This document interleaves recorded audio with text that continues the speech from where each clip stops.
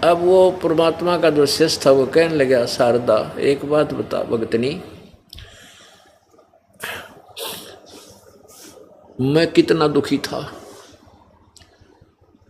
मेरे जितना दुखी संसार में कोई नहीं था, और मैंने आत्महत्या करने की सोच ली थी सपरिवार। एक ऐसे ही परमात्मा के भगत ने आकर मुझे बताया कि आप हमारे गुरुजी के पास चलो।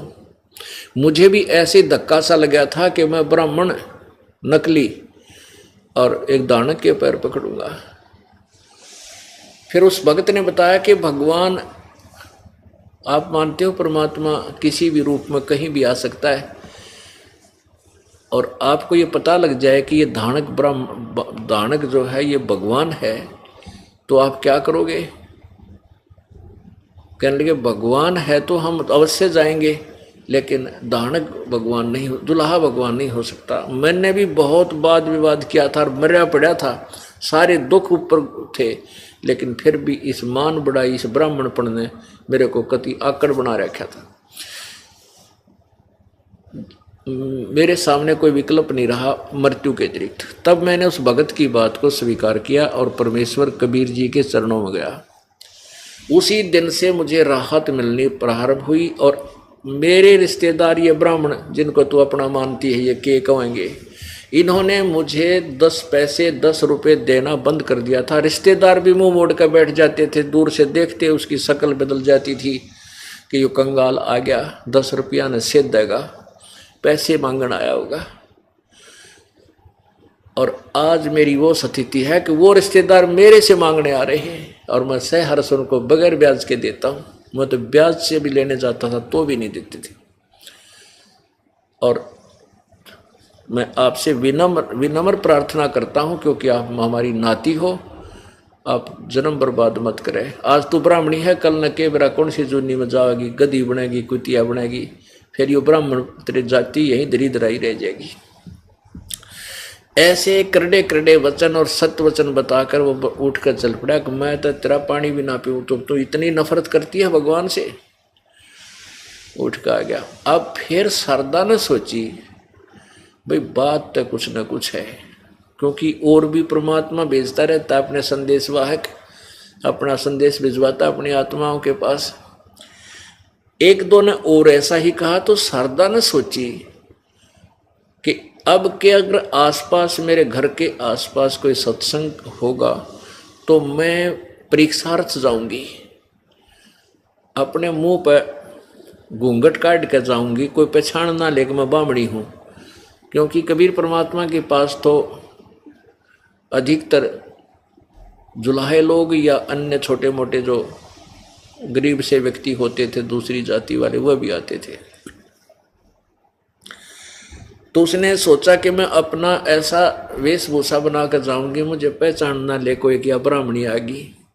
और यदि कबीर जी ने मेरे सिर पे हाथ रखा और मैं स्वस्थ होगी, मुझे राहत मिल गई, तो मैं चरण पकड़ लूंगी, समाज न नहीं देखूंगी। अब परमात्मा कहते हैं, सो चल छिदर मैं करूं अपने जन के काज, अरणक सिपू जो मार दूं नरसिंह धर लूं साज। तो उस परमात्मा का संदेशा मिला शारदा को। क्या मिला कि शारदा आज यहाँ एक कबीर नाम का संत आ रहा है और वो सत्संग करेगा, चल लगी सत्संग में। अब उसके तो कान खड़े हो गए। उसको तो कह दिया कि ना हम ना जाया करा दानका के सत्संग में, हम तो ब्राह्मण हैं। फिर उसने क्या किया कि अपना वेशभूषा बदली, घूंघट काटा, मुंह पर पल्ला डाला। पहले पर्दा रिवाज थी, घूंघट की रिवाज थी तक सभी का। और जहां परमात्मा एक आसन पर बैठे थे तख्त पर, और वहां उसमें लाइट बिजली नहीं थी, जोत जलाया करते देसी घी की, जैसे हम जलाते खड़ी अमर जोत, उससे रोशनी भी होती थी रात्रि के समय, और एक ये हवन का काम भी करती है। ऐसी उस ज्योति का टिमटिमाता चांदना था, रोशनी थी। और सभी भक्त आकर के परमात्मा कबीर जी से आशीर्वाद पा करके अपने अपने स्थान ग्रहण करके सत्संग सुनने के लिए विराजमान हो रहे थे। वह शारदा भी भेष बदल का आएगी और मुंह पर पल्ला डाल ही रखा था। ज्यों ही आकर के परमात्मा कबीर जी के चरणों में शीश रखा, जैसे अन्य बहन बेटियां भाई रख रहे थे, और परमात्मा ने उसके सिर पे हाथ रख कर कहा कि हे शारदा पंडितानी, आज दानक के पास क्यों कराएगी तू। अब जो ही उस परमेश्वर ने उसके हाथ रखा सिर पे, उसका वो दर्द दूर हो गया, वो दुख निकत्ती खत्म हो गया, जैसे था ही नहीं। एकदम इतना हल्का पुल्का शरीर हो गया।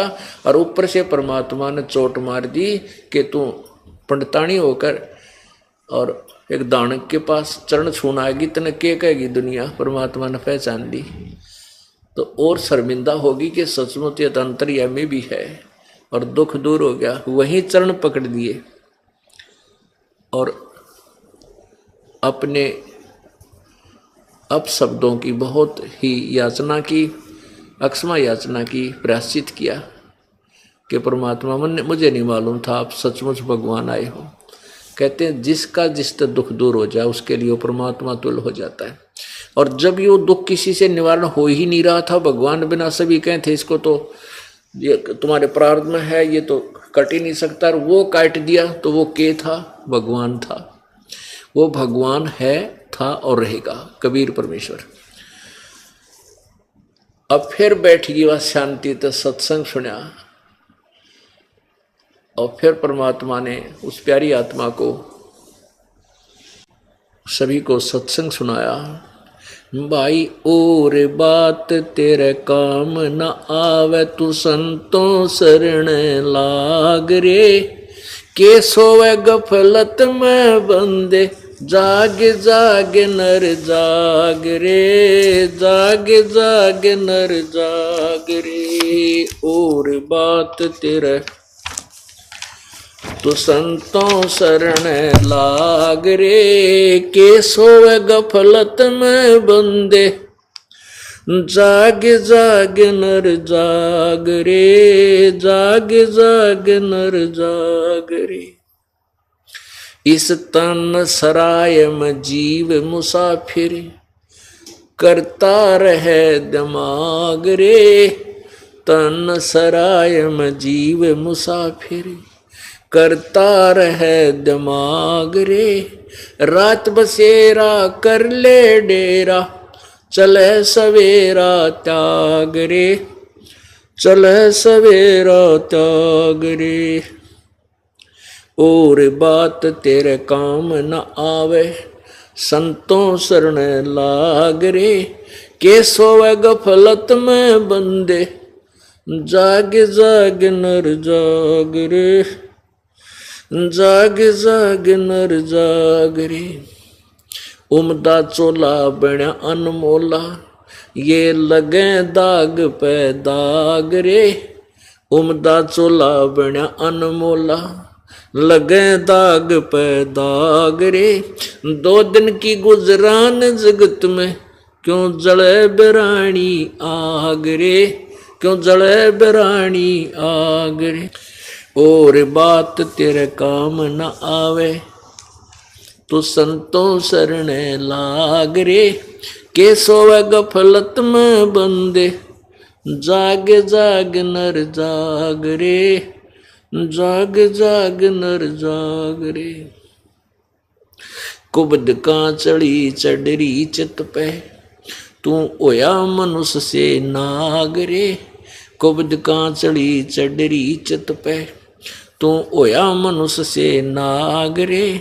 सूझे नहीं सजन सुख सागर, बिना प्रेम बैराग रे, बिना प्रेम बैराग रे। और बात तेरे काम न आवे, संतों शरण लाग रे।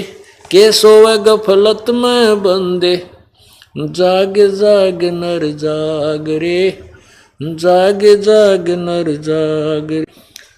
हर सुमरे सो हंस कवावे, यो कामी क्रोधी काग रे।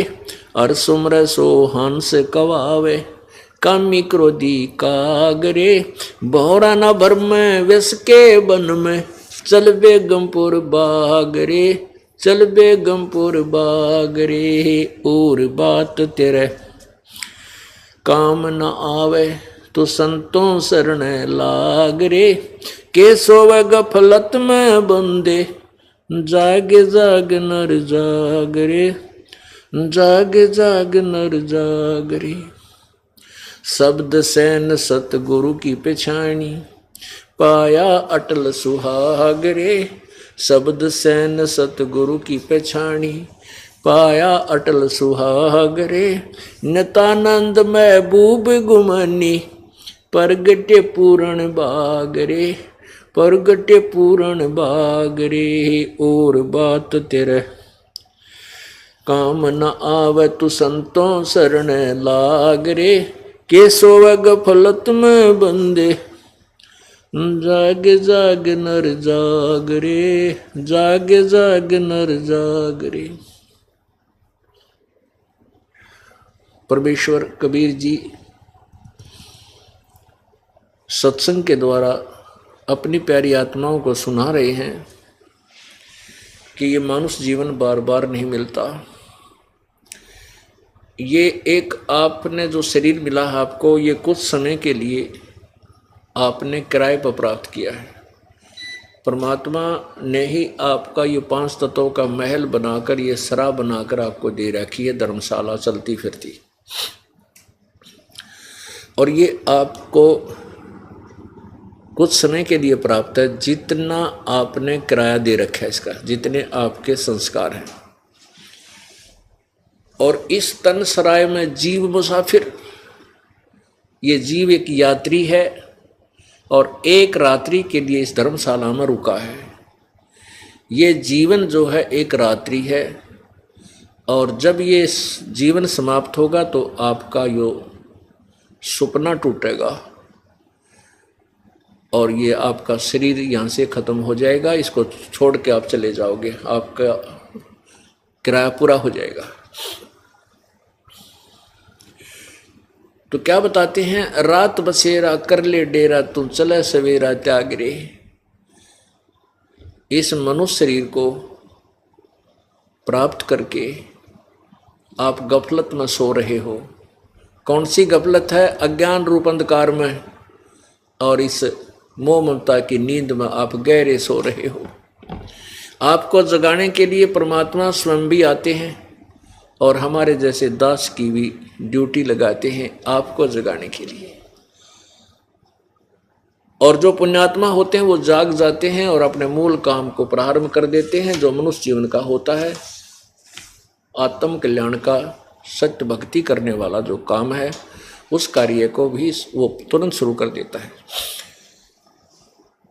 तो क्या बताते हैं कि रात बसेरा कर ले, इस तन सरा में जीव मुसाफिर, करता रहे दिमाग रे। आप अपने विचारों से सब सेट होए बैठे हैं, मैं न्यू कर दूंगा, मैं न्यू कर दूंगा, ऐसे कर दूंगा, एक कोठी बनाऊंगा, एक कार ले लूंगा, और वो तो चल ले ले जो तेरे भाग में मिल जाएगा, लेकिन परमात्मा की भक्ति में भी थोड़ी रुचि बना। अब जैसे हमने कितने दिमाग में, अपने दिमाग में क्या सोच रखा है। एक व्यक्ति जा रहा गया किसी कामवश और वापस नाइट सर्विस से आ रहा रात के 1 बजे कि जल्दी जा करके ऐसा करूंगा, घर पहुंचूंगा, वहां ऐसा करूंगा, वो ले आऊंगा, फलाना दे के आना, उसको लेके आना। रास्ते में एक्सीडेंट हो गया, वहीं मर गया।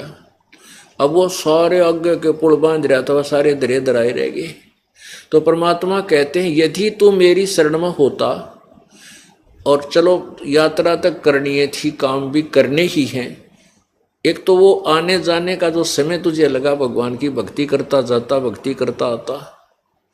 जिस कामवश आप गए हो वो काम तो वहां जाने पर ही होना था। बीच में जो 2 घंटे 3 घंटे सफर, 4 घंटे का था, 3-4 का आने का था, वो परमात्मा की भक्ति में लगा सकते थे यदि आपके पास ये मंत्र होता तो, ये नाम होता। और फिर आपके ऊपर ऐसी आपत्ति जो बीच में मृत्यु होती, ये टल जाती, आपके वह काम भी ठीक होते। अब उस पूर्ण परमात्मा की भक्ति ना करके आप मन में जो और 36 प्रकार के विचारों को लिए घूम रहे हो, उसके विषय में कहा है कि इस तन सराय में, इस धर्मशाला में, ये जीव मुसाफिर यात्री है। ये जीव कुछ समय का मेहमान है। और करता रहे दिमाग रे, रात बसेरा कर ले डेरा, तू चले सवेरा त्याग रे। उमदा चोला बना अनमोला, लगे दाग पे दाग रे, 2 दिन की गुजरान जगत में क्यों जड़े बिरानी आग रे। हम अपने बच्चों को सुखी बनाने के लिए, धनी बनाने के लिए बड़े बड़ी कोठी इनको बनवा के दे दूं, उसके लिए हम क्या करते हैं कि तो 2 नंबर का धंधा करें, 100 जगह झूठ बोला, सारा दिन ले ले आजा, ले ले आजा, नो कर ले। परमात्मा कहते हैं जो तेरे प्रारब्ध में लिखा हुआ ही मिलेगा। कब तक? जब तक तू मेरी शरण में नहीं आओगा। कबीर जी कहते, कबीर परमेश्वर के पास वो वीटो पावर है, वो सुप्रीम पावर है, वो आपकी किस्मत में ना हो वो भी दे देगा, यदि आपको देखेगा कि ये मेरी भक्ति में पूरी रुचि रखता है, आपका दिल ना टूट जाए, भक्ति भगवान से आस्था ना हट जाए, इसलिए वो अपने कोटे तभी आपको एक आधा सुखी सा दे देता है। तो जब तक हम कबीर परमात्मा की शरण में नहीं आते, तब तक हमें केवल वर्क डन मिलेगा। ब्रह्मा विष्णु महेश वर्क डन देंगे, ब्रह्म भी किए कर्म का फल ही देगा, कोई परिवर्तन नहीं कर सकता, पर ब्रह्म भी नहीं कर सकता, केवल पूर्ण ब्रह्म परम अक्षर ब्रह्म कर सकता, वो कबीर देव है। और वो तभी करेगा जब आप पूर्ण परमात्मा उसकी शरण में, उसी के नुमाइंदे परम संत तत्वदर्शी संत के माध्यम से उसकी शरण ग्रहण करोगे, तब वो कबीर परमेश्वर आपको लाभ देगा, विशेष लाभ देगा, जो आपके भाग्य में ना होगा तो भी देगा, लेकिन वो वही देगा जो आपके हित में होगा। तो कहने का भाव ये है कि आप इधर उधर के हम सारा दिन जुगाड़ जोड़े रहते हैं, बच्चों को धनी बनाने के लिए हम ना जाने क्या क्या इधर उधर के 100 झूठ कपट करते हैं, नरे पाप इकट्ठे करते हैं, और वो धन नहीं रह सकता, वो धन नहीं रहेगा आपके, क्योंकि आपके भाग में कोई नहीं। मान लीजिए आपने 1,00,000 2,00,000 रुपये दो इधर उधर तक करके को झूठ बोल के 2 के 20 बना के इकट्ठे कर भी लिए, तो कि तो और बीमारी में लग जाएंगे। एक वैसे तो बहुत से ऐसे उदाहरण हैं, लेकिन एक आधा विशेष उदाहरण होता है जो हृदय में जाकर लगता है। एक भक्त ने बताया कि जी आपने जो कथा सुनाई है सच्ची मेरे पर लागू होगी। मैंने ऐसे तरीके से धन इकट्ठा किया, मेरा इकलौता पुत्र था, न सोचूं था इस बच्चे के लिए बढ़िया कोठी बना दूं, घना इसके लिए धन बैंक में जमा करा दूंगा, ये सुखी रहेगा। उसके लिए मैंने बहुत जुल्म किए, बस पूछो मत। 2 रुपये की चीज़ को मैं 10 रुपये में 20 रुपये में उसको नकली को असली वो ला कर लेवल बेचा करता था। अब बहुत बताई उसने बाद में, तो उसने क्या बताया कि मेरा इकलौता पुत्र था, उसको रोग हो गया। पहले तो आसपास के जैसे हॉस्पिटलों में प्राइवेटों में दिखाया, फिर कोई कहने लगा इसका ऊपरे का है, कोई कहे इसका माता का है, कोई कहे इसका फलाने का, वहाँ भी धक्के खाए। फिर पता चला जांच कराई तो उसके दोनों किडनी फेल हो गए, दोनों गुर्दे खराब हो गए। ऑल इंडिया इंस्टीट्यूट दिल्ली में उसका ऑपरेशन करा। करने का भाव उसका ये था कि उस समय मेरे लगभग 3.5 लाख रुपए उसके पूरे ट्रीटमेंट पर, पहले भी जो धक्के खाता इंडिया प्राइवेटों पर भी, तो सारे लगा गए। इतने में वो कुर्दा किसी का लिया रिश्तेदार से ले दे के, और वो ठीक कराया। लड़का स्वस्थ हो गया। लेकिन मैंने जो 2 लाख रुपए 2.5 लाख कमाए होंगे, 3-3.5 लाख रुपए लग गए, कर्जा हो गया। फिर ने सोची कोई बात ना, बेटे की जान बच गई, फिर कर दूंगा हेरा फेरी तय। 6 लड़के की गुर्दा तो ठीक हो गए, स्वस्थ हो गया। 6 महीने के बाद वो लड़का बस एक्सीडेंट में, दुर्घटना में मृत्यु को प्राप्त, टक्कर मार कर रोया। अब चाट ले उस धन ने और सिर पर धर ले वो कोठी ने जो बनाना चाहा था, जिसके लिए वो ना रहा। तो वो पाप न्यों के न्यों रह गए तेरे ऊपर। इस दास ने बताया कि वो पाप तेरे ऊपर ज्यों के त्यों रह गए, जो जिस कारण से तेने धन कमाना चाहा था और कमाया था, वो धन रहा को नहीं, पाप न्यों के न्यों रह गए, वो तना भोगने पड़ेंगे। और कबीर परमेश्वर की चरणों में आकर के सतभक्ति करने से वो पाप नष्ट हो जाते हैं। केवल यही एक प्रभु है जो हमारे पाप अक्षमा कर सकता है। अब कबीर परमात्मा अपनी डबल रोल करते थे कि मैं उस समर्थ का दास हूं, उस समर्थ का दास हूं जिसकी शरण में आने से कभी ना हो अकाज। अपने महिमा आप ही बताते थे। तो इस प्रकार 5-4 सत्संग लगातार अटेंड किए। शारदा ने वो परिपक्व होगी, पूरी सृष्टि रचना सुनी और ब्रह्मा विष्णु महेश की सतिथि से परिचित होगी। तो एक बार उस सर्वानंद जी ने क्या किया, सर्वानंद जी ने सोचा कि मैंने सभी ब्राह्मणों को पराजित कर दिया है, ऋषि महर्षियों को, क्यों ना मैं अपना नाम सर्वाजीत रख लूं कि सभी मुझे एक ही बार देख लें, मेरे नाम से ही परिचित हो जाएं कि ये है वो सर्वाजीत जिसने सबको जीत लिया। ये विचार करके उसने अपनी माता शारदा जी से कहा कि माता जी आप मेरा नाम सर्वाजीत रख दो। माता ने कहा बेटा सर्वानंद कौन सा बुरा नाम है, ये भी तो बहुत अच्छा नाम है। कि माता जी ऐसे है ना, मैंने सभी विद्वानों को, महर्षियों को, गुरुओं को, ब्राह्मणों को, सबको पराजित कर दिया और मैं सबसे विजयी हो चुका हूँ, इसलिए मैं सर्वजीत नाम रखवाना चाहता हूँ ताकि मेरे नाम के सुनते ही सब ने पता लग जाए कि आ गया सर्वजीत जिसने सब विद्वानों को पराजित कर दिया। तो माई ने बोली बेटा एक विद्वान को और पराजित कर दे, फिर मैं अपने बेटे का नाम सर्वजीत रख दूंगी। तो सर्वानंद ने पूछा कौन है माता, बता मुझे जल्दी। कि मेरे गुरुजी है ना कबीर जी। अब परमात्मा का जब नाम लिया शारदा ने तो उसको पता चला था कि सर्वानंद को, और वो कहा करता माँ तने तो जो है ना हमारी इज्जत माटी में मिला दी, कहाँ फंस गई, कि चलेगी तो क्या कहेगी दुनिया। तो वो तो कह दिया करती बेटा जिसका लग गया वो जाने, मन मुझे मालूम है मेरे साथ जो बीत रही थी और मैं सुखी हुई। चल माँ को से ज़्यादा विवाद उसने इस विषय में नहीं किया था। फिर जब उसने कहा कि तू उस मेरे गुरुदेव को पराजित कर दे कबीर जी को, तब मैं मान जाऊंगी तुझे और फिर मैं तेरा नाम सर्वजीत रख दूंगी, ना तो तेरी माँ तेरा सर्वजीत नाम कभी नहीं रखे। तो कहने लगा माँ आप भी अच्छी बात करती हो, किसका नाम लिया, अनपढ़ अशिक्षित, उसको तो 1 मिनट में अभी पराजित करके अभी गया अभी आया। माता ने कहा बेटा ऐसे नहीं मानूंगी, कुछ प्रमाण जाइए लिखवा के कि वो हार गए पक्का। अब पूरे एक बैल के ऊपर वो रखा करता, पूरा थैला डाल के गधे की तरह, और सारे शास्त्र रखकर चल पड़ा। कहाँ, जहाँ कबीर परमेश्वर जुलाहों की कॉलोनी में रहते थे, दानकों की कॉलोनी में। अब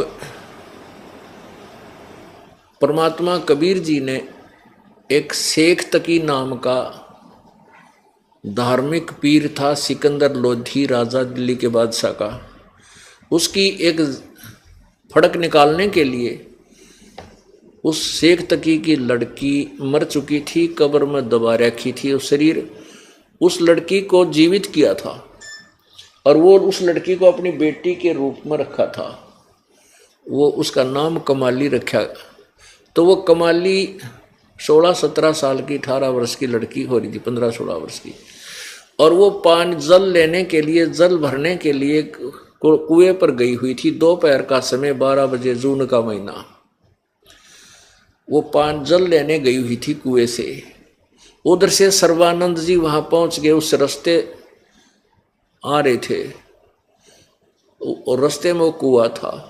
अब ब्राह्मण जुलाहों की कॉलोनी में और सुप्रसिद्ध ब्राह्मण आ जावे तो सभी नो देखा करते हैं कि यो ब्राह्मण इतना प्रसिद्ध ब्राह्मण है, और जुलाहों के दानका की कॉलोनी में कैसे आ गया। जैसे गांव में हाथी आ जाया करता ना, बालक देखा करते उठना बचड़ कर द्वारों पर, तो ऐसे देख रहे थे। सब निकले अपने घरों में, तो अच्छा ये ब्राह्मण कैसे आ गया दानकों की कॉलोनी में। अब उसने देखा प्यास इतनी जबरदस्त लगाई उस सर्वानंद को, अगर 10 मिनट पानी ना जल ना मिल रहा है तो उसकी मृत्यु हो जाए, प्राण निकल जाए। और सामने वाली लड़की पानी निकाल रही थी बाल्टी से, अपने मटके में डाल रही थी गड्ढे में। अब सर्वानंद ने कहा, बेटी जल्दी जल पिला, प्राण निकलने को हो रहे। तो लड़की ने वह बाल्टी यूं की यूं डाल दी। सर्वानंद ने जल पीना प्रारंभ कर दिया, पी लिया। जब उसका पेट भर गया ना, जब उसने देखा ये तो दानका का कुआं है, जुलाहों का, कोई देख तो नहीं रहा तुझे। वो देखा चारों तरफ जुलाहे खड़े देखे। अपनी इज्जत को सुरक्षित रखने के लिए लड़की पर डांट लगाता है, ये लड़की यो किसका, कौन सी जाति का कुआं है। लड़की बोली, जी जुलाहों की कॉलोनी में कौन सी जाति का कुआं हो सकता है, जुलाहों का ही है। तो कहने लगा, तने पहले क्यों नहीं बताया जुलाहों का कुआं है। लड़की बोली, तेरा पेट भर गया जहाँ, तो इसलिए बात आ गई। तेना ब्राह्मण, जब तक तेरी आँख निकलने वाली थी, मृत्यु को प्राप्त होने वाला था, तूने पहले क्यों ना पूछा कि इसका कुआं है। पानी पीने से पहले पूछना चाहिए था। अब तेरा पेट भर गया, बकवाद भागी तने बोला, छोरी लड़की घनी ना बोला है, न्यों बता वो कबीर का घर कहाँ है। वह बोली, आ जाओ, मेरे पिताजी हैं। मुँह बोले पिताजी थे और मैं उन्हीं की लड़की हूँ, आ जाओ, मेरे साथ साथ आ जाओ, घर बता दूँगी। वह लड़की जल्दी जल्दी चल गई, आगे पहुँच गई, जाकर कहने लगी, पिताजी, परमेश्वर कबीर जी को मुँह बोले पिताजी थे कि एक ब्राह्मण आ रहा है और बैल के ऊपर घने वो धर रहा है किताब है, और लगता है आपके साथ कोई वाद विवाद करने आया, आपको पूछ रहा है। परमात्मा बोला, बेटी कोई बात नहीं, आने दे। तो इतने में वह लड़की मटका अंदर रख के पानी का घड़ा वापस आई देखने के लिए, कहाँ से आ गया, तो सामने पहुंच गया इतना सर्वानंद बैल समेत। लड़की ने कहा, आ जाओ ब्राह्मण जी, यही हमारा घर, मेरे पिताजी अंदर बैठे। तो सर्वानंद अंदर नहीं गया, कहने लगा, लड़की इधर आ अकेले। उसने क्या किया कि एक लोटा पानी ला, वह लोटा भर लाई पानी का, कि मेरे इस पात्र में डाल दे, मेरे लोटे में। अब उसने लड़की ने पात्र में डाल दिया, कहने लगा, भर दे फुल। कति फुल भरवा लिया, ऊपर का उतर न हो गया, उसमें कोई सुई भी डाल दे तो भी पानी बाहर निकल जाए, इतना भरवा लिया। और कहा कि जाए कबीर को ये मेरा पात्र ले जाकर दे दे और इसका जो उत्तर दे मुझे बतावे। अब वह लड़की धीरे धीरे पकड़ कर लेगी उसके लोटे ने, जाके कहने लगी, पिताजी, उस ब्राह्मण ने ना ये लोटा दिया पानी का, ने कहा कबीर के आगे रख दे, वो क्या उत्तर दे मुझे बता। परमात्मा कबीर जी ने एक बड़ी सुई रखी थी, बड़ी सुई इतनी लंबी होती है हवा, ये बड़े बड़े तरपाल सीमण की, वो उठा के और उस जल में डाल दी लोटे में, और कहा, बेटी जा दे का सर्वानंद को, और बाहर रखड़ा ब्राह्मण को। वह लड़की धीरे धीरे धीरे आई कि ले ब्राह्मण पकड़ तेरा लोटा। परमात्मा सर्वानंद बोला, क्या उत्तर दिया कबीर ने। लड़की बोली, उत्तर कुछ नहीं दिया गुरु, मेरे पिताजी ने तो इसमें सुई डाल दी लोहे की। तब वो अंदर गया और कहने लगा, कबीर तूने मेरे प्रश्न का क्या उत्तर दिया। परमेश्वर ने पूछा कि आपका प्रश्न क्या है। सर्वानंद ने बताया कि मैंने पानी का लोटा इसलिए तेरे पास दिया था, ये लबालब भरा हुआ, कि मैंने अपनी माता जी से सर्वाजीत नाम रखवाना है। मैंने सभी ब्राह्मणों को, सभी ऋषि महर्षियों को शास्त्रार्थ में पराजित कर दिया है और मैं अपना नाम सर्वाजीत रखवाना चाहता हूँ। और मेरी माँ ने शर्त रख दी है कि मैं आपको पराजित करके जाऊंगा तब मेरी माँ मेरा सर्वाजीत नाम रखेगी। मेरा ये लोटा पहुंचाने का तात्पर्य ये था कि मैं जैसे इस लोटे में और जल डालने का स्थान नहीं है, और जल नहीं डलेगा तो बाहर जाएगा, ऐसे मैं सदग्रंथों के ज्ञान से भरा पड़ा हूँ। तेरे ज्ञान की मुझे जरूरत नहीं, तेरा ज्ञान मेरे में नहीं समाएगा, बाहर ही जाएगा, इसलिए तू अपनी हार लिख दिए। परमात्मा बोला मेरा भी उत्तर सुन ले के था। कबीर परमेश्वर बोले मेरा उत्तर सुन ले के था। क्या था बता? सर्वानंद बोला कि मेरा ऐसा वजनदार ज्ञान है कि तेरे ज्ञान ने बाहर निकाल देगा, तेरी छाती में जाकर बैठेगा। जैसे सुई मैंने डाली, तेरा पानी बाहर निकल गया, सुई ने तेरे लोटे की तड़ी में जगह बना ली। ऐसे मेरा दो तत्व ज्ञान है, तेरे ज्ञान को बाहर फेंक देगा सारे को और तेरे अंदर समा जाएगा। अच्छा ऐसा कैसा ज्ञान है? तू मेरे शास्त्रार्थ कर, ये कर। तो ऐसा जब सुना कि भी योग शास्त्रार्थ करने आ रहा है, तो जुलाहे लोग इकट्ठे हो गए कि उस कॉलोनी में तो वो जुलाहे थे। अब सर्वानंद ने कहा कि प्रसन्न करो, प्रसन्न करो। परमात्मा ने कहा कौन ब्रह्मा का पिता है और कौन विष्णु की मां, शंकर का दादा कौन है? सर्वानंद दे बता। तो क्या कहता है? सर्व इसका ब्रह्मा विष्णु महेश अजरो अमर है, इनके कोई माता पिता नहीं। सर्वेश्वर महेश्वर कालेश्वर सब कुछ नाम दर दिए और सर्व सृष्टि रचान हार ये हैं, इनके कौन माता पिता? देखो देखो ये क्या बात कर रहा है। तो परमेश्वर ने कहा कि आपके पास विष्णु शिव पुराण है। है सर्वानंद कहने लगा है कि उसमें देखो निकाल के रुद्र संहिता अध्याय 5, 6, 7 इसमें क्या लिखा है। पुण्यात्माओं, इन दुष्ट आत्माओं ने आंखों देखकर भी जनता को सच्चाई नहीं बताई। किन्होंने? इन नकली गुरु और ऋषि महर्षियों ने अपने अभिमानवश। अब देखिएगा शिव पुराण में आज से 600 वर्ष पहले परमात्मा ने बताई थी, जो कि इन सदग्रंथों में विद्यमान है। ब्रह्मा विष्णु महेश के माता पिता हैं। ये देखिएगा श्री शिव पुराण, गीता प्रेस गोरखपुर से प्रकाशित है। संपादक है हनुमान प्रसाद पोदार, मुद्रक प्रकाशक एवं मुद्रक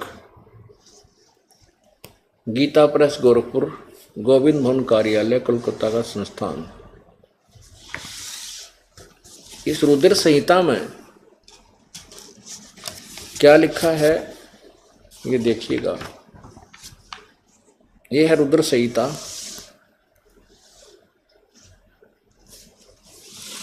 अध्याय 5 या समाप्त हुआ, छठे से छठा प्रारंभ होता है 99 पृष्ठ पे, 99 पृष्ठ पे।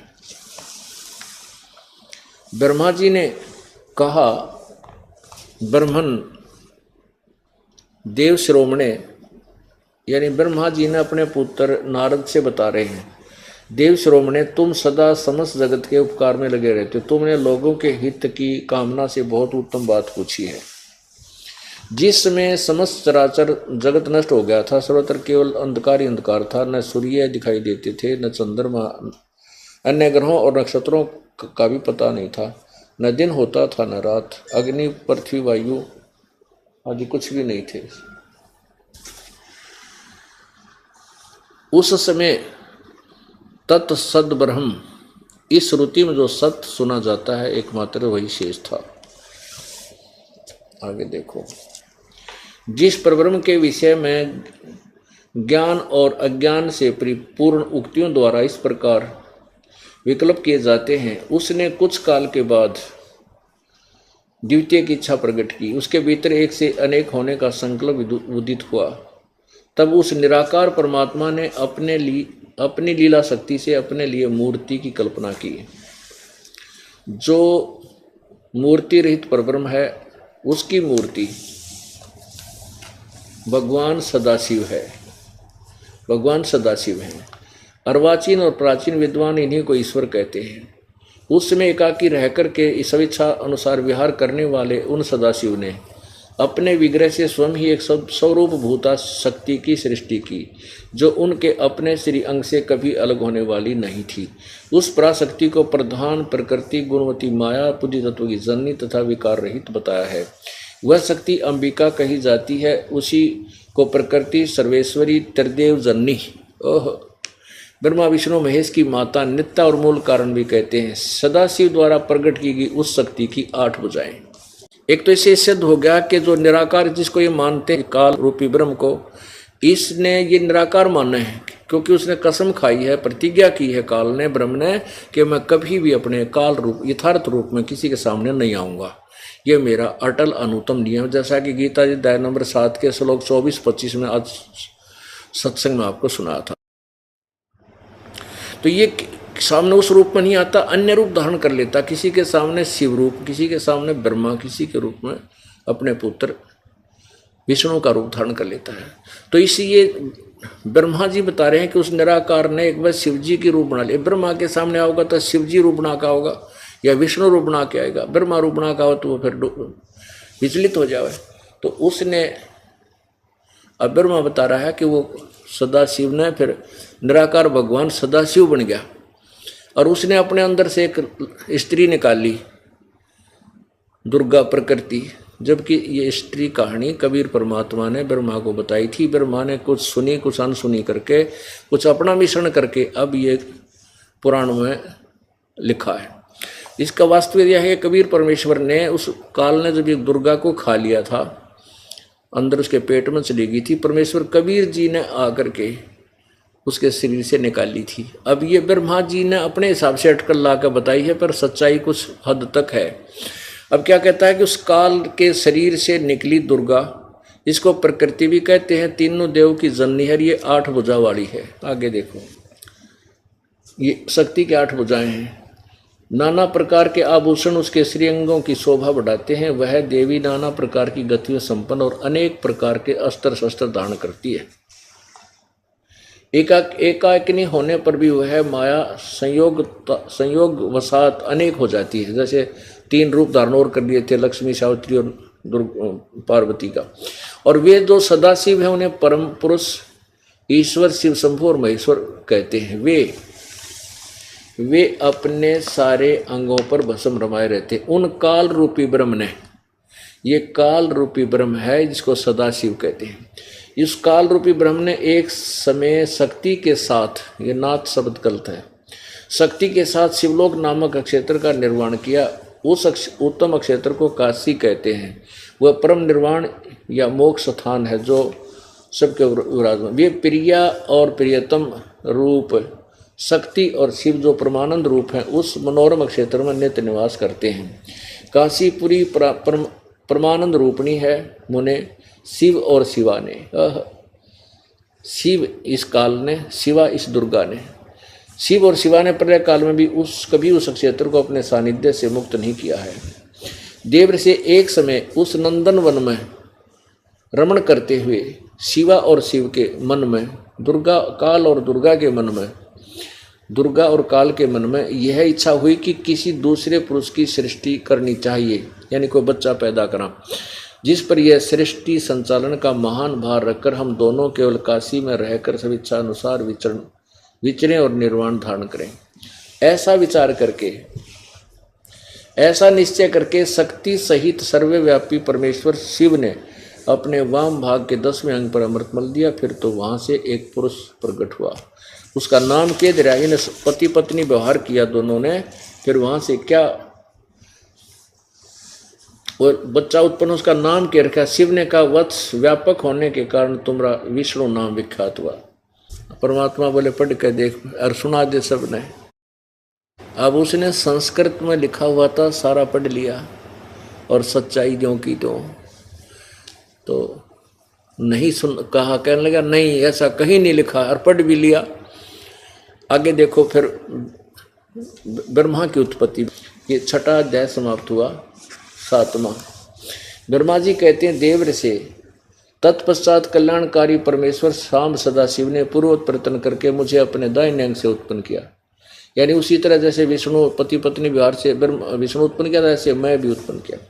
अब आगे देखो, अब यहाँ अनुवाद करता विचलित हो जाता है कि शिव से शिव की उत्पत्ति कैसे लिखूं, ज्ञान तो इनको था नहीं।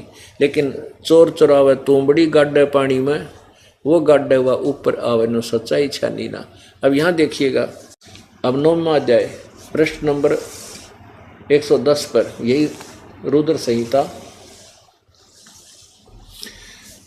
इस प्रकार ब्रह्मा, विष्णु और रुद्र इन तीनों देवताओं में गुण हैं, परंतु शिव गुणातीत माने गए। अब यहाँ चार हो गए, एक ब्रह्मा, एक विष्णु, एक रुद्र यानी शंकर, और एक इनका बाप शिव, दुर्गा इनकी माता। अब परमात्मा ने फिर बताया कि देवी पुराण निकाल, उसके तीसरे स्कंद अध्याय नंबर 4, 5, 6 में देखो उसमें क्या लिखा है। अब वह भी पढ़ी न्यो की न्यो पाई। लेकिन कहते हैं राज तजना सहज है, सहज त्रिया का ने, और मान बढ़ाई ईर्षा दुर्लभ तजना ये। अपने मान बढ़ाई के लिए जनता को भ्रमित कर देना उन्होंने उचित समझा, और सत्य को उजागर नहीं करना चाहा। कहने लगा झूठ बोलता है, कहीं ऐसा नहीं लिखा है। और फिर उसने जो कोई श्लोक सलाह घोट रखे थे किसी और पुराण के या कोई वेद के मंत्र थे, वो संस्कृत बोलनी शुरू कर दी। 1 घंटे तक संस्कृत बोलता रहा। अब उस समय 2 विद्वानों का फैसला कौन करते थे? जनता, जिसने क्या का ज्ञान नहीं, वो ताली बजा देते थे किसी के हक में, और वाह वाह वाह, तो वो विजयी हो जाता था। न्यू भट्ठा बैठ रहा था, शास्त्रार्थ ने न्यू नाश कर रखा था।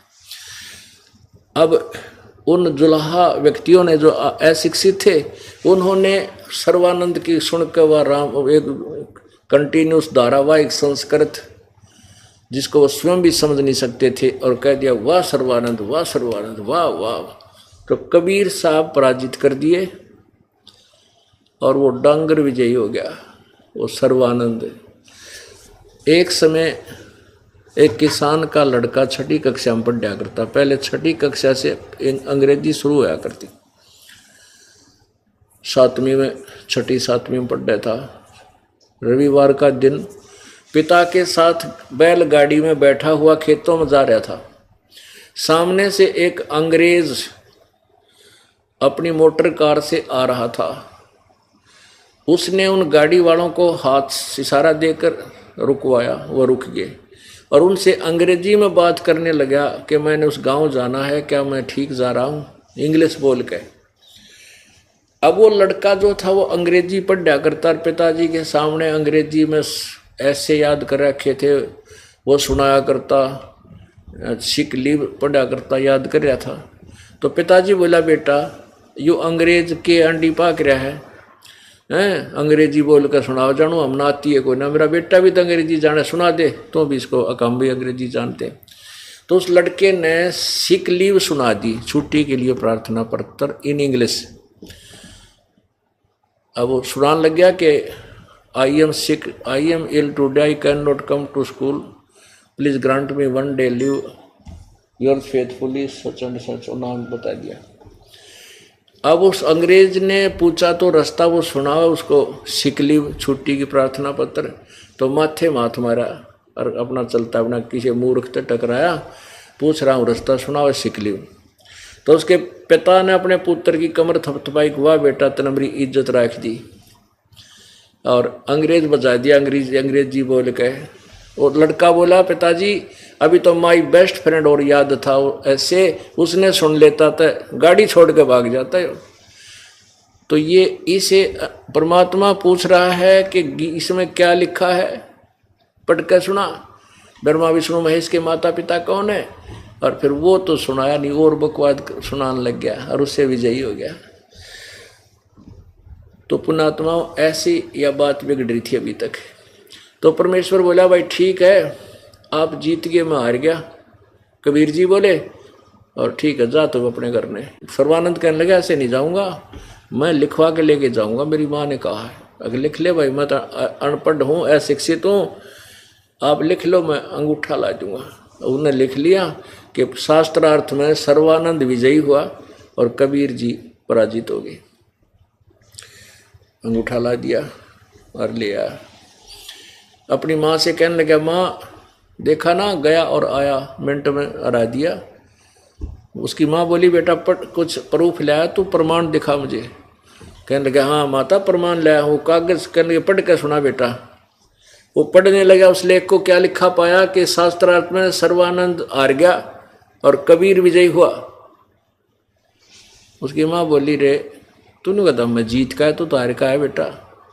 नो कहा माता जी मैं कई दिन से शास्त्रार्थ में था, रात में सोया नहीं था, नींद आ गई थी, नींद में विचलित था, मेरे से गलत लिखा गया, अब दोबारा लिखवा के लाता हूँ। दोबारा लिखवा लिया। दोबारा गया तो कबीर परमेश्वर से कहा कि भगवान के हे कबीर जी मेरे से गलती से उल्टा लिखा गया, मेरी माँ नहीं मान रही है, दोबारा लिखवाना पड़ेगा। कबीर जी बोले लिख ले भाई। दोबारा लिख लिया कि शास्त्रार्थ में सर्वानंद विजयी हुआ, कबीर जी पराजित हुए, अंगूठा ला दिया। अब फिर जाकर देखा, अब उसने घर में प्रवेश करने से पहले फिर पढ़ा, कदे फिर उल्टा लिखा गया हो तो सही था। अंदर जाकर बोला माँ सुनाऊं? अब सुना बेटा। उन्होंने फिर देखा, उसमें क्या पाया कि शास्त्रार्थ में सर्वानंद हार गया। आगे ना बोला। माँ बोली रे तू के ड्रामा कर रहा है, लिख के लावा है, केर सुनावे है क्या? तू तो फिर कह हार गया। ने बोला माँ इबका जाता हूँ। इबका फिर गया परमात्मा से, फिर वही प्रार्थना की। परमात्मा बोले लिख ले भाई, मेरे के गुठा गैसा है, फिर लिख दूँ ला दूंगा। अब उसने फिर लिख लिया, फिर लगा लिया, आ गया। अब उसने सोची बाहर पढ़ता हूँ तो बिल्कुल ठीक है, घर में घुसते ये अक्सर कैसे उल्टे सुलटे हो जाते। अब बाहर से लगा उसको पढ़ने, यानी चौखट से बाहर से देख रहा है, बिल्कुल अंदर भी प्रवेश हो गया। प्रवेश जब हो लिया, घर में जाते ही बोला माँ सुनाऊं? अक सुना। उसकी आंखों के सामने अक्षर चेंज हो गए, सर्वानंद हार गया और कबीर साहब विजयी हो गया। आंख फटी की फटी रहेगी जब अक्षर चेंज हुए उसकी आंखों के सामने। न्यो का न्यो बैठ गया, कति कालजा का ऊपर लग गया। पर उसकी माँ बोली रे बोलता कोई ना विद्वान, सोना पढ़ के लिखवा के लिया। कुछ नहीं बोला। ने बोला माँ पता नहीं क्या हो गया, ये अक्षर मेरी आँखों का चेंज हो गए। ने बोले अरे तो झूठे, ये तो चेंज होने थे, भगवान सच्चा तो झूठ बोला, सच्चाई को नहीं माना तूने। उड़े पैर पकड़ दिया अपनी माँ के, हक माँ मेरे से गलती होगी। वो तो सचमुच भगवान पढ़े, अनपढ़ होकर के सारे सदग्रंथों को उंगलियों पर रट रखा है और मैं अभिमान वश नहीं मान सका। उसकी माँ बोली भाई जा चाल बरा बेटा कल्याण करवा ले, तेरी 92 हो जाएगी, तू पशु बनेगा। और बेटा मेरे को देखा नहीं जाता तेरा दुख, तो किसका विद्वान है। तब ने बोला माँ मेरे साथ चल। अच्छी आत्मा जो होते हैं वो अभिमान घनी देर तक नहीं करते, मान जाते हैं। ने बोले मेरे साथ चल। और मैंने शर्म लगा है, मुझे नाम देवा लिया। उन्हीं जुलाहों की कॉलोनी में वही विद्वान एक नंबर का ब्राह्मण, इसको ब्राह्मण कहते हैं, मान गया, चलो कहे सुने थे। फिर दोबारा गया, नाक रगड़ी, नाम ले लिया। अब सर्वानंद की कोई नहीं माने। नो कहे ब्राह्मण पागल हो गया, मूर्ख है, जुलाहे का चेला बन गया, फिर के पै दिया, इसने अपना बना लिया। अब उस सर्वानंद रिजेक्ट कर दिया पूरे ब्राह्मण समाज ने कि झूठा है, कपटी है। नो कहे ब्रह्मा विष्णु में इसके माता पिता कहीं नहीं लिखा। तो यो बात रोड़ा रानी रखनी थी परमात्मा ने, और सर्वानंद का कल्याण कर दिया। आगे किसी ने स्वीकार नहीं किया, क्योंकि यहाँ तक ये तत्व ज्ञान छुपा के भी रखना था और उस प्यारी आत्मा का कल्याण भी करना था। बोलो सतगुरुदेव सत सत। पूर्ण परमात्मा कबीर देव जी सर्वश्रेष्ठी रचनहार अपने यथार्थ ज्ञान को प्रदान करने के लिए इस काल के लोक में समय समय पर प्रकट होते रहते हैं। काल भगवान ने सर्व सदग्रंथों के विपरीत ज्ञान पूरे मानव समाज में फैला दिया गया है। उस अज्ञान को समाप्त करने के लिए परमेश्वर स्वयं आते हैं। वे परमात्मा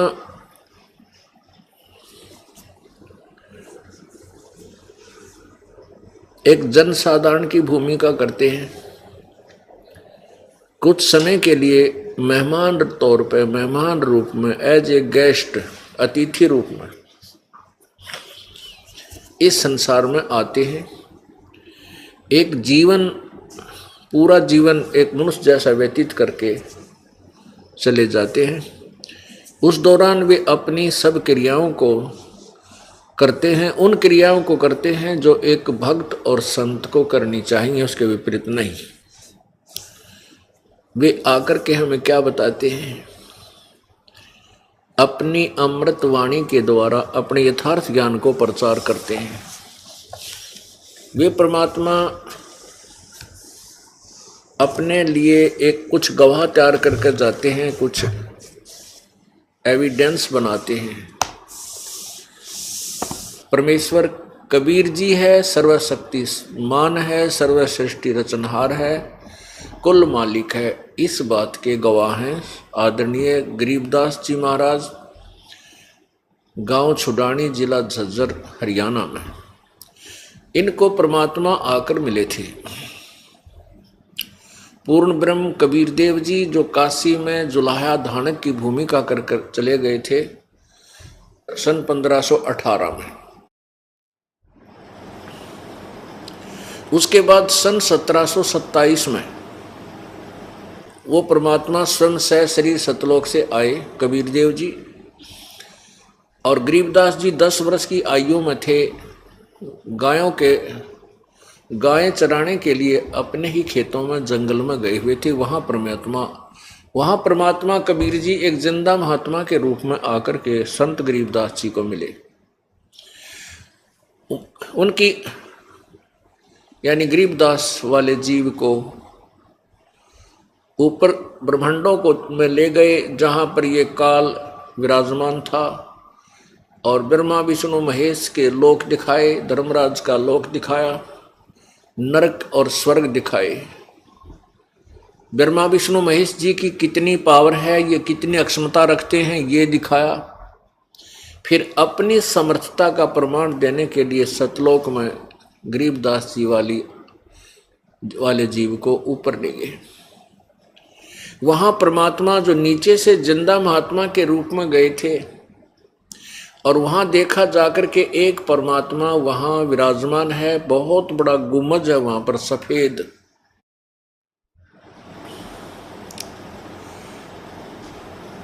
जैसे मंदिर नुमा होते हैं, मंदिर का जो छोटा सा बना देते हैं, वो गुम्बद होता है, ऊपर से गोल टाइप होता है, ज़्यादा लंबी चोटी नहीं है उसकी।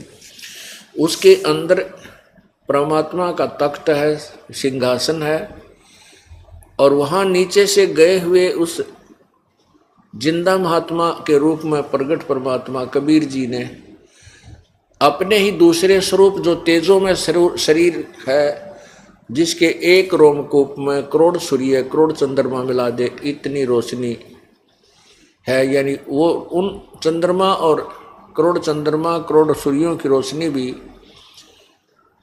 फीकी रह जावे, इतना एक रोमकूप का प्रकाश है परमेश्वर कबीर देव का, अर्थात सत्य पुरुष का। तो नीचे से जो गए थे जिंदा महात्मा के रूप में डबल रोल कर रहे थे प्रभु, वहां जाकर के चंवर जो परमात्मा के वहां चंवर रखा था, उस चंवर को उठा करके सत्कार करने के लिए अपने ही दूसरे स्वरूप जो तेजोमय स्वरूप के ऊपर चंवर करने लग गए। गरीबदास जी ने सोचा कि परमात्मा ये है जो तख्त पर बैठा है, जो सिंहासन पर विराजमान है, बहुत ही तेजों में शरीर है इसका परमेश्वर का। इतना वो सोच ही रहे थे कि ये जो नीचे गया था ये कोई इसका नौकर होगा, ये जिंदा महात्मा इस भगवान का नौकर होगा, सेवक होगा, दास होगा, अनुयायी होगा।